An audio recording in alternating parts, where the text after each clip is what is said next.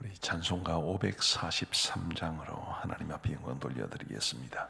543장 찬송입니다.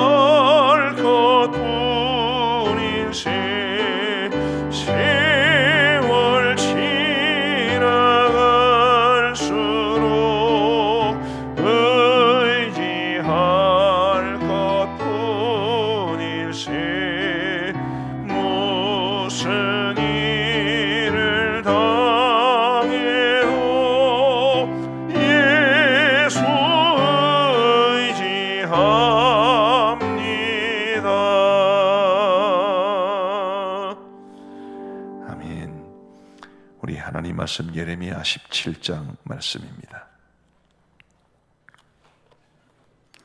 예레미야 17장 1절부터 18절까지 말씀 우리 교독하시겠습니다. 구약성경 예레미야 17장 1절부터 18절까지의 말씀입니다. 제가 먼저 1절 읽겠습니다. 유다의 죄는 금강석 끝 철필로 기록되되 그들의 마음판과 그들의 제단 뿔에 새겨졌거늘 그들의 자녀가 높은 언덕 위 푸른 나무 곁에 있는 그 제단들과 아세라들을 생각하도다. 들에 있는 나의 산아, 내 온 영토의 죄로 말미암아 내가 내 재산과 내 모든 보물과 산당들로 노략을 당하게 하리니 내가 내게 준 내 기업에서 내 손을 댈 것이며 또 내가 너로 하여금 너희 알지 못하는 땅에서 내 원수를 섬기게 하리니 이는 너희가 내 노를 명렬하게 하여 영영 타는 불을 일으켰음이라. 여호와께서 이와 같이 말씀하시니라. 무릇 사람을 믿으며 육신으로 그의 힘을 삼고 마음이 여호와에게서 떠난 그 사람은 저주를 받을 것이며 그는 사막의 떨기나무 같아서 좋은 일이 오는 것을 보지 못하고 광야 간조한 곳 건건한 땅 사람이 살지 않는 땅에 살리라. 그러나 무릇 여호와를 의지하며 여호와를 의뢰하는 그 사람은 복을 받을 것이라. 그는 물가에 심어진 나무가 강변에 뻗치고 더위가 올지라도 두려워하지 아니하며 그 잎이 청청하며 가무는 해에도 걱정이 없고 결실이 그치지 아니함 같으리라. 만물보다 거짓되고 심히 부패한 것은 마음이라. 누가 능히 이를 알리오마는 나 여호와는 심장을 살피며 폐부를 시험하고 각각 그의 행위와 그의 행실대로 보응하나니 불의로 치부하는 자는 자고새가 낳지 않은 아를 품음 같아서 그의 중년에 그것이 떠나겠고 마침내 어리석은 자가 되리라. 영화로우신 보좌여 시작부터 높이 계시며 우리의 성소이시며 이스라엘의 소망이신 여호와여 무릇 주를 버리는 자는 다 수치를 당할 것이라. 무릇 여호와를 떠나는 자는 흙의 기록이 되오리니 이는 생수의 근원이신 여호와를 버림이니이다. 여호와여 주는 나의 찬송이시오니 나를 고치소서. 그리하시면 내가 낫겠나이다. 나를 구원하소서. 그리하시면 내가 구원을 얻으리이다. 보라 그들이 내게 이르기를 여호와의 말씀이 어디 있느냐 이제 임하게 할지어다 하나이다. 나는 목자의 직분에서 물러가지 아니하고 주를 따라 싸우며 재앙의 날도 내가 원하지 아니하였음을 주께서 아시는 바라. 내 입술에서 나온 것이 주의 목전에 있나이다. 주는 내게 두려움이 되지 마옵소서. 재앙의 날에 주는 나의 피난처시니이다. 나를 박해하는 자로 치욕을 당하게 하시고 나로 치욕을 당하게 마옵소서. 그들은 놀라게 하시고 나는 놀라게 하지 마시옵소서. 재앙의 날을 그들에게 임하게 하시며 배나 되는 멸망으로 그들을 멸하소서. 아멘. 오늘 본문 5절부터 8절까지의 말씀에는 두 부류의 사람들이 대조가 되고 있습니다. 먼저 5절을 한번 보십시다. 여호와께서 이와 같이 말씀하시니라. 무릇 사람을 믿으며 육신으로 그의 힘을 삼고 마음이 여호와에게서 떠난 그 사람은 저주를 받을 것이라. 저주를 받을 사람에 대한 이야기입니다. 어떤 사람입니까? 사람을 믿으며. 사람을 믿는 것은 잘못된 게 아닌 것 같은데 여기서 사람을 믿으며라는 것은 하나님을 믿다라는 말과 반대 정도 되는 말이라고 생각하시면 됩니다. 또 육신으로 그의 힘을 삼고, 이 육신은 세상적인 것들을 가리킵니다. 세상적인 것들로 그의 힘을 삼고 마음이 여호와에게서 떠난 그 사람, 하나님의 백성 가운데 이런 사람이 있다는 것을 말하는 것인데요, 마음이 하나님에게서 떠나니 사람을 믿게 되고 그리고 육신으로 힘을 삼게 될 겁니다. 그런 사람과 누구를 비교하느냐, 대조하느냐 하면 7절 말씀을 보시기를 바랍니다. 그러나 무릇 여호와를 의지하며 여호와를 의뢰하는 그 사람은 복을 받을 것이라. 아까 그 사람은 저주를 받게 될 것인데, 이제 이런 사람, 여호와를 의지하고 또 의뢰하며 살아가는 사람은 복을 받게 될 것이다 라고 말씀하고 있습니다. 우리 8절 말씀 같이 한번 읽어 보시겠습니다. 8절 시작. 그는 물가에 심어진 나무가 그 뿌리를 강변에 뻗치고 더위가 올지라도 두려워하지 아니하며 그 잎이 청청하며 가무는 해에도 걱정이 없고 결실이 거치지 아니함 같으리라. 아멘. 시편 1편 느낌이 많이 나죠. 시편 1편에도 시냇가에 심겨온 나무가 있었는데 8절에는 물가에 심어진 나무라 그렇게 이야기를 했습니다. 물가에 심어진 나무가 그 뿌리를 강변에 뻗치고 있기 때문에 그 강에서 이제 충분한 수분을 빨아들이고 그럼으로써 가무는 해에도 걱정이 없게 되는 것 아니겠습니까? 나무가 중요한 것이 아니라 강이 중요한 거지, 물가가 중요한 것입니다. 이와 마찬가지로 여호와를 의뢰하며 살아가는 사람은 이 세상에 심겨진 수많은 나무들이 가물을 때는 똑같이 가물고 비가 올 때는 똑같이 비가 오겠지만 그 뿌리를 강변에 뻗치고 있기 때문에 마르지 아니함 같이 하나님을 의지하는 사람은 똑같이 예수님을 안 믿는 사람과 고통도 같이 하고 또 우리도 어려움을 많이 겪고 있지만 우리의 뿌리를 하나님 앞에 내리고 있기 때문에 그래서 우리가 가문은 해도 걱정이 없고 늘 주님이 주시는 삶을 아름답게 살아갈 수 있다고 말을 해 주는 것입니다. 우리 성도 여러분, 당연한 결과겠지만 저와 여러분 모두가 하나님을 의지하고 하나님을 의뢰하며 살아갈 수 있게 되기를 간절히 바랍니다. 마음이 여호와에게서 떠나고 그래서 사람을 믿고 육신적인 것으로 힘을 삼는 것은 어리석은 일이 아닐 수 없습니다. 자, 사람들을 의지하는 것, 뭐 당연한 거죠.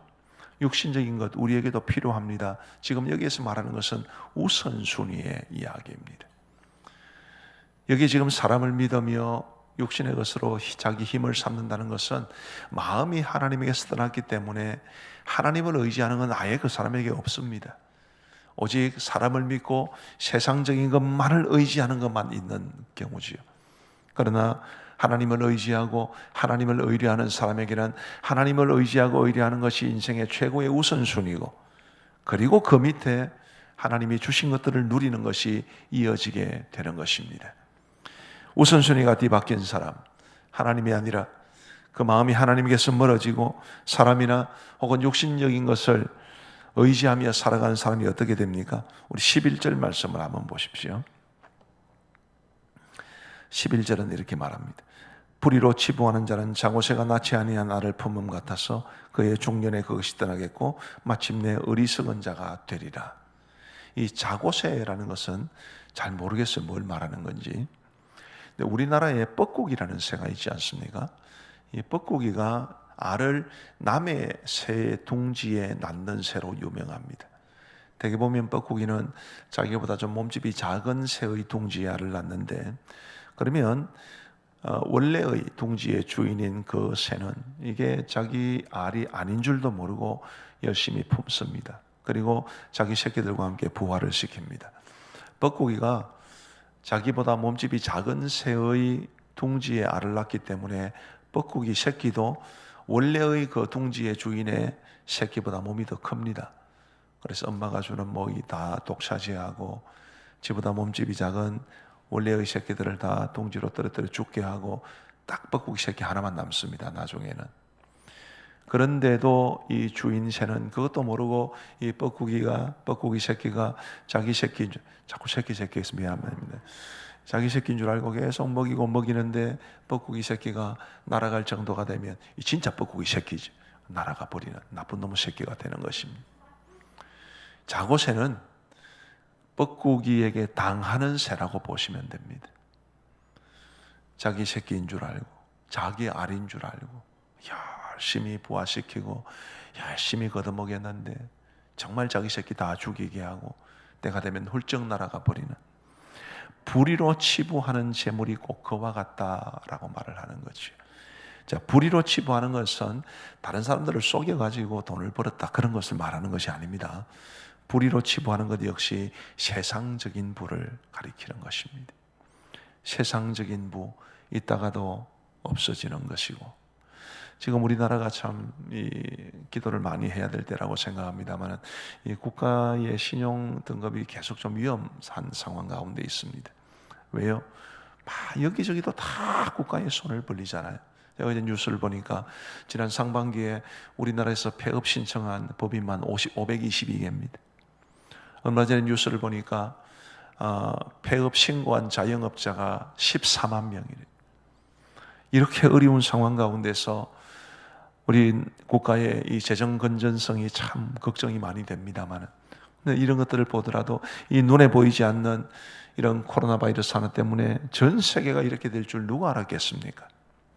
이 세상의 재물들이 가지는 성격이 그런 것들이죠.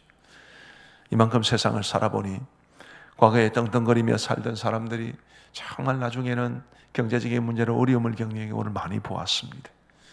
마치 자고새가 낳지 않은 아들을 품음 같아서 그 중년에 훌쩍 떠나가 버리는 것처럼 이 세상의 재물은 그렇게 믿을 바가 못 됩니다. 오직 변치 않는 하나님, 우리의 반석 되신 하나님만이 우리가 의지하고 의뢰할 유일한 분이 되신다는 사실을 저와 여러분들이 굳게 확신하고 하나님만을 의지하며 살아갈 수 있게 되기를 주님의 이름으로 축복합니다. 그 하나님이 어떤 분이신가에 대해서 12절부터 굉장히 아름답게 그러나 산발적으로 나타나고 있습니다. 제가 한번 읽어드리겠습니다. 12절 보시면 하나님이 어떤 분이신지를 잘 한번 들어보시기를 바랍니다. 영화로우신 보좌여, 시작부터 높이 계시며 우리의 성소이시며 이스라엘의 소망이신 여호와여, 무릇 주를 버리는 자는 다 수치를 당할 것이라. 무릇 여호와를 떠나는 자는 흙의 기록이 되오리니 이는 생수의 근원이신 여호와를 버림이니이다. 여호와여, 주는 나의 찬송이시오니 나를 고치소서. 그리하시면 내가 낫겠나이다. 나를 구원하소서. 그리하시면 내가 구원을 얻으리이다. 17절 말씀, 주는 내게 두려움이 되지 마옵소서. 재앙의 날에 주는 나의 피난처시니이다. 이 예레미야는 이 12절부터 17절 사이에서 우리 하나님이 어떤 분이신지를 정말 아름다운 말로 곳곳에 이렇게 새겨 놓았습니다. 우리가 경험한 하나님을 어떻게 고백할 수 있겠습니까? 우리도 예레미야처럼 고백할 수 있겠습니까? 부디 그렇게 고백할 수 있게 되기를 간절히 바랍니다. 들어서 아는 하나님이 아니라 내가 체험해서 아는 하나님, 나의 지나간 삶의 여정 속에 하나님이 어떤 분이신가에 대한 고백을 우리가 깊이 할 수 있다면 우리가 앞으로 남은 세월도 그 하나님을 의지하며 살아갈 수 있을 것이라고 믿습니다. 사무엘상 7장에 보시면 에벤에셀의 하나님이라는 말이 나옵니다. 에벤에셀, 도움의 돌이라는 뜻입니다. 그래서 사무엘이 그 에벤에셀을 세우면서 고백을 하기를 하나님이 여기까지 우리를 도우셨습니다. 그런 고백으로 에벤에셀을 세웁니다. 자, 제가 지금 서 있는 이곳을 현재라고 그러고요, 좌측을 과거라고 보고 우측을 미래라고 보겠습니다. 하나님께서 여기까지 우리를 도우셨습니다라는 것은 과거의 어느 시점부터 지금까지 나를 도우셨다, 그런 뜻 아니겠습니까? 그러면 과거에 나와 함께 하시고 나를 도우셨던 그 하나님께서 앞으로는 안 도와주시겠습니까? 하나님을 체험하는 것은 굉장히 중요한 일입니다. 비록 우리 그리스도인들도 예수님을 안 믿는 사람처럼 어려움에 처할 수도 있고 환난과 역경을 겪을 수도 있지만 우리에게는 하나님이 계시다는 것, 그 하나님을 의지하고 의뢰하며 살아갈 때 하나님께서 우리를 모든 환난에서 건져주시고 혹은 버틸 힘을 주실 것이라는 그런 믿음을 가지고 이 땅을 살아가야 합니다. 저와 여러분 모두가 정말 이런 하나님을 굳게 붙잡고 오직 하나님만을 의지하며 살아갈 수 있게 되기를 주님의 이름으로 축복합니다. 한 가지만 더 살펴보십시다. 1절, 2절을 우리 같이 한번 읽어보시겠습니다. 1절, 2절입니다. 시작. 유다의 죄는 금강석과 철필로 기록되되 그들의 자녀가 높은 언덕 위 푸른 나무 곁에 있는 그 제단들과 아세라들을 생각하도다. 2절 말씀 마지막에 생각하도다라고 되어 있는데요, 좀 쉽게 번역된 다른 성경에 보면 눈으로 본다라고 번역이 되어 있습니다. 이제 이런 뜻이죠. 유다의 죄가 큽니다. 금강석 끝 철필이라는 것은, 금강석은 다이아몬드를 이야기하는 거죠. 다이아몬드는 이 강도가 굉장히 세기 때문에 금이나 이런 보석 같은 것들을 세공할 때 쓰입니다. 금강석 끝 철필이라는 것은 굉장히 강한 철로 아주 부러지지도 않고 무뎌지지도 않는 것을 말하는데, 그 금강석과 철필로 유다의 죄를 그들의 마음판에도 새기지만 그들이 섬기는 제단 뿔에도 새깁니다. 그러면 그들의 자녀가 그 부모들의 죄가 기록된 그 죄의 목록을 보게 될 것이라는 말을 지금 1절, 2절이 하고 있습니다. 뭘 말해주나요? 부모의 모습을 자녀들이 보고 배운다는 것을 뜻합니다. 부모가 죄를 범하면 자녀들이 죄를 범하는 그 부모의 모습을 보고 배우게 될 것이고, 부모가 어떤 어려움 속에서도 하나님을 의지하면 자녀들은 하나님을 의지하는 법을 배우게 될 것입니다. 겉으로 드러나는 신앙적인 모습 이런 거 말고 가정에서 보여지는 모습은 정말로 적나라한 우리의 진실된 면모 아니겠습니까? 그런 면모를 우리의 자녀들이 보고 배우는 것이 하나님이 우리에게 주신 원리입니다.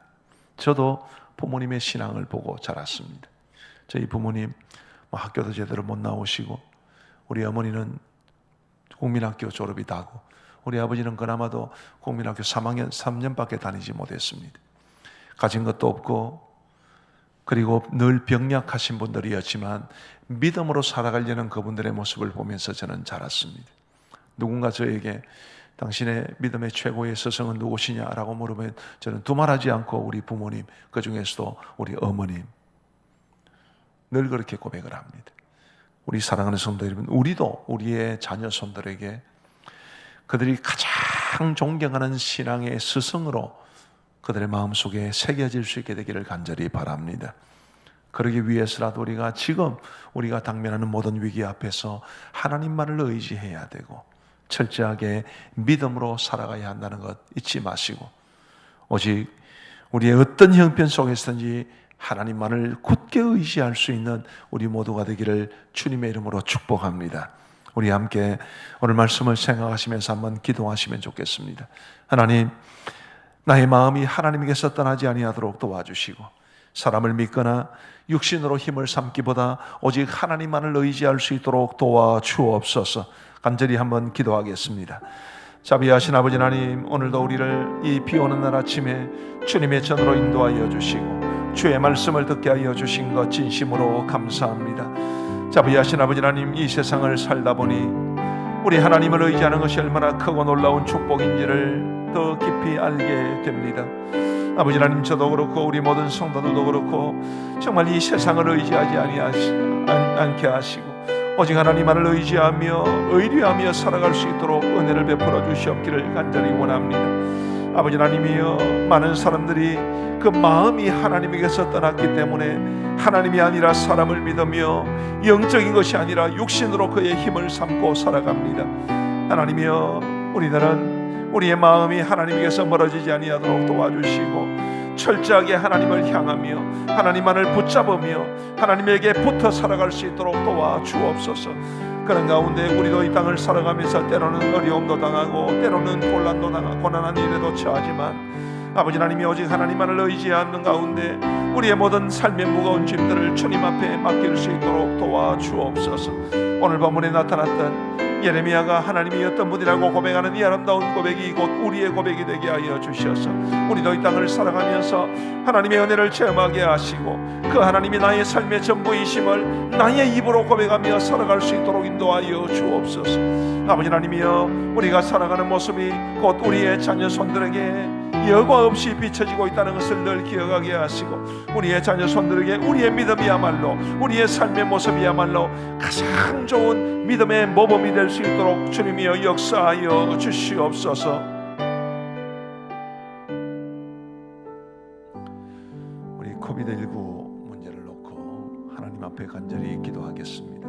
정말 끈질기다 싶은 생각이 들 만큼 끝나는가 싶으면 또 살아나고 끝나는가 싶으면 또 되살아나고 참 많은 사람들이 지쳐 있을 것으로 생각을 합니다. 우리 지금 이 상황 가운데 하나님께서 우리를 도와주시기를, 우리가 하나님만을 의지하기를 바라는 마음으로 화면에 있는 기도의 제목들을 보시면서 같이 한번 기도하시겠습니다. 자비하신 아버지 하나님, 끝나지 않는 이 코비드19 문제로 우리가 간절히 주님을 의지하며 기도하기를 원합니다. 아버지 하나님, 어서 속히 이 사태가 완전하고도 깨끗하게 종식될 수 있도록 우리 주님이여 은혜를 베풀어 주시옵기를 간절히 원합니다. 아버지 하나님, 감사하게도 우리 영남권에서는 확진자가 나온 지 꽤 오래되었는데 아버지 하나님, 이 사태가 이 상황이 쭉 유지될 수 있도록 도와주셔서 우리 영남권에서는 더 이상 확진자가 나오지 아니하도록 인도하여 주옵소서. 아버지 하나님, 반면에 계속해서 확진자가 나오고 있는 수도권, 중부권, 전라권은 하나님께서 긍휼히 여겨주셔서 어서 이 확산세가 수그러들 수 있도록 인도하여 주시옵고 주님, 그곳에서 어렵고 또 두려움에 사로잡혀 살아가는 많은 사람들을 긍휼히 여겨주셔서 아버지 하나님, 속히 이 어려움에서 저희 모두를 해방시켜 주옵소서. 자비하신 아버지 하나님이여, 해외 입국자들의 관리가 잘 이루어질 수 있기를 간절히 원합니다. 근래에는 해외 입국자들 가운데 확진 판정받는 사람들이 우리나라에서 확진 판정을 받는 사람들보다 더 많이 있습니다. 아버지 하나님의 그들 모두를 긍휼히 여겨 주시옵고, 이 해외 입국자들 관리가 잘 이루어지므로 주님 그들을 통해서 코로나 바이러스가 확산되지 아니하도록 도와주시옵기를 간절히 원합니다. 아버지 하나님의 백신과 치료제가 속히 개발될 수 있도록 인도하여 주시옵고, 주여 코비드로 고통당하는 전 세계 사람들을 불쌍히 여기시고, 특별히 어려움에 처해 있는 경제적으로 어렵고 또 의료시설과 기술이 불비한 나라들을 불쌍히 여겨 주옵소서. 아버지 하나님, 우리 성도들이나 어려운 성도들의 자녀들 가운데 외국에 있는 분들이 많이 있습니다. 주님, 그분들이 어려움에 처하지 아니하도록 도와주시고, 모든 어려움 속에서 주님께서 건져주셔서 그들 모두가 비록 그들이 처하고 있는 그 지역은 어렵지만 하나님의 은혜와 평강을 누릴 수 있도록 역사하여 주옵소서. 우리 그 다음 기도 제목을 보여주시길 바랍니다. 우리의 삶을 위하여 함께 기도하시겠습니다. 이 기도 제목 가운데 제일 마지막에 보면 우리 목장 식구들과 또 성도들을 위한 기도의 제목이 있습니다. 어려움에 처한 성도들이 참 많이 있습니다. 그분들도 전적으로 주님을 의지하는 가운데 주님 주시는 은혜의 힘으로 이 모든 어려움을 이겨낼 수 있도록 우리 자신과 우리 목장 식구들 성도들을 위해서 함께 기도하겠습니다. 자비하신 아버지 하나님이여, 코비드 문제로 정말 어려움을 겪고 있는 우리 많은 성도들, 우리와 우리의 모든 성도들이 이런 어려움 속에서도 철저하게 주님만을 의지할 수 있도록 인도하여 주시기를 간절히 원합니다. 아버지 하나님이여, 어렵고 힘든 모든 문제들을 주님 앞에 내어 맡길 수 있도록 인도하여 주시고, 우리 주님께서 그 모든 문제들을 해결해 주시기를 간절히 소원합니다. 아버지 하나님이여, 우리의 삶의 중심에 오직 하나님만을 향할 수 있도록 인도하여 주시기를 간절히 원합니다. 아버지 하나님의 마음이 하나님에게서 떠나지 아니하도록 도와주시고, 오히려 우리의 마음과 정성과 뜻을 다하여 하나님을 사랑하면서 우리의 삶의 모든 것을 주님에게 믿고 맡길 수 있는 참된 믿음 다하여 주옵소서. 자비하신 아버지 하나님, 우리의 예배와 기도 생활이 회복되게 하여 주시고, 오직 살아 역사하시는 하나님 앞에 우리도 생생하게 살아있는 마음으로 그리고 정성을 다해 하나님을 예배하며 온전히 기도에 힘쓸 수 있도록 인도하여 주옵소서. 아버지 하나님, 우리 주님을 의지하는 가운데 긍정적인 생각과 긍정적인 감정을 가지고 살아갈 수 있도록 인도하여 주옵소서. 코로나 블루라는 말이 신조어가 생겼을 정도로 많은 사람들이 코로나 사태로 인해 우울하고 혹은 우울감을 호소하고 있는 가운데 있습니다. 아버지 하나님, 그러나 우리 믿는 사람들은 희락을 누리며 살게 하여 주시고, 성령의 열매가 기쁨이라고 하셨사오니 주님, 우리가 기쁨을 누리며 살아갈 수 있도록 인도하여 주옵소서. 주님이여, 하나님의 은혜가 절대적으로 필요한 우리의 성도들, 또 우리의 목장 식구들이 많이 있습니다. 주님이여, 도와주시옵기를 간절히 원하옵고, 육신적인 문제든 정신적이거나 영적인 문제든 혹은 물질적인 문제이든 어떤 문제이든 간에 철저하게 주님을 의지하며 이겨낼 수 있도록 우리 주님 역사하여 주옵소서. 자비하신 아버지 하나님이 우리의 삶의 짐을 주님께 맡기오니 주님께서 우리의 짐을 대신 져주시고 우리 모두에게는 참된 평안만을 허락하여 주옵소서.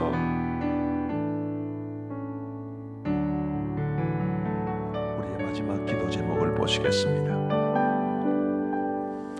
우리 화면에 있는 기도의 제목들 정말 하나같이 중요한 기도 제목들인데, 우리 모두 간절한 마음으로 이 기도의 제목을 가지고 하나님 앞에 기도하시겠습니다. 자비하신 아버지 하나님,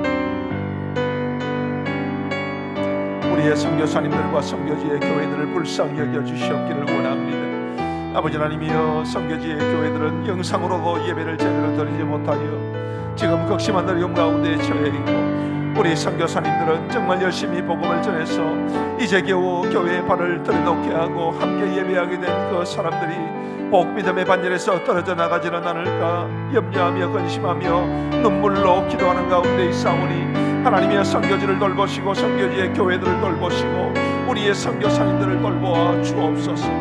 아버지 하나님, 이 땅의 정치인들이 정치를 잘할 수 있도록 도와주시고, 그래야만 우리 국민들이 안심하고 살아갈 수 있도록 인도하여 주옵소서. 여당은 여당대로, 야당은 야당대로 자신들의 역할을 잘 감당할 수 있도록 도와주시되, 국민들을 위한 정치를 할 수 있도록 도와주옵소서. 아버지 하나님이여, 근래에 부동산 가격이 너무 오르고 그리고 고용 절벽은 너무 단단해지고 높아져서 우리의 많은 젊은이들이 힘이 위축되어 있습니다. 아버지 하나님, 우리 젊은이들이 좌절하지 아니하고 희망을 가지고 힘차게 살아갈 수 있는 이 나라가 될 수 있도록 도와주시옵소서. 아버지 하나님, 직장을 얻게 하여 주시고 열심히 일할 수 있도록 도와주시고 가정을 꾸릴 수 있도록 도와주시고 앞으로 더 성장하고 발전되는 삶을 살아갈 수 있는 기대감을 품을 수 있도록 역사하여 주옵소서. 아버지 하나님, 차별금지법은 반드시 폐지되어야 합니다. 아버지 하나님, 우리가 이 땅에 그늘 지고 소외된 곳에 사는 사람들, 인권의 사각지대에 놓여 있는 사람들을 돌보는 것과 동시에 이 차별금지법만은 폐지되기를 우리가 함께 기도할 수 있도록 역사하여 주옵소서. 아버지 하나님, 본당역 공터를 반드시 우리에게 허락하여 주셔서 주님이여, 우리 교회가 더 나은 인파라로 하나님 앞에 영광 돌려드리게 하시고 더 많은 주의 일에 힘쓸 수 있도록 우리 주님이여 역사하여 주옵소서.